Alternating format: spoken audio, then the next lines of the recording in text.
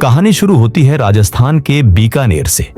ये वही शहर है जो अपनी भुजिया और नमकीन के लिए जाना जाता है।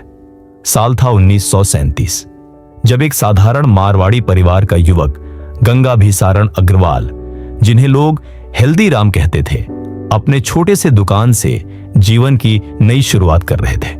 उनका परिवार पीढ़ियों से भुजिया बनाता था, लेकिन यह केवल रोजमर्रा का काम था।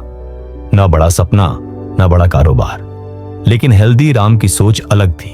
वे मानते थे कि भुजिया और नमकीन सिर्फ बीकानेर तक क्यों सीमित रहे, क्यों न इसे पूरे देश और दुनिया तक पहुंचाया जाए। नई सोच की शुरुआत दुकान संभालते समय उन्होंने देखा कि भुजिया तो सब बनाते हैं, लेकिन गुणवत्ता और स्वाद का अभाव है। उन्होंने निश्चय किया कि उनका कारोबार गुणवत्ता और ईमानदारी पर खड़ा होगा।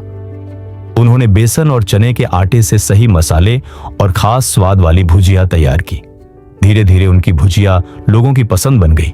लोग कहते, यह सच में अलग है। संघर्ष और मजाक शुरुआत आसान नहीं थी। लोग मजाक उड़ाते, भुजिया बेचकर कोई अमीर हुआ है क्या? लेकिन हेल्दीराम जानते थे कि छोटा काम भी बड़ा बन सकता है, अगर उसे मेहनत और जुनून से किया जाए। पहला बड़ा कदम कुछ साल बाद उन्होंने बीकानेर से बाहर निकलकर नागपुर में दुकान खोली।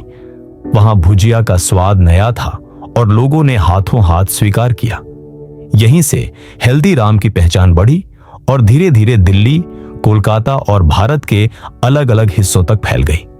नवाचार और ब्रांडिंग हेल्दीराम ने केवल भुजिया पर ही नहीं रुके। उन्होंने आलू भुजिया, नमकीन मिक्सचर, मिठाई और पापड़ जैसे उत्पाद बनाए। सबसे बड़ा बदलाव उन्होंने पैकेजिंग में किया। जहां दूसरे अखबार में भुजिया बेचते थे, वहीं उन्होंने साफ सुथरे पैकेट बनाए। इसने ग्राहकों को भरोसा दिलाया और हल्दीराम्स एक ब्रांड बन गया। देश से विदेश तक आज हल्दीराम्स केवल भारत में ही नहीं, बल्कि अमेरिका, इंग्लैंड, दुबई, सिंगापुर और दर्जनों देशों में मौजूद है। अरबों का कारोबार और करोड़ों ग्राहकों का विश्वास, यह सब एक छोटे से बीकानेर की दुकान से शुरू हुआ।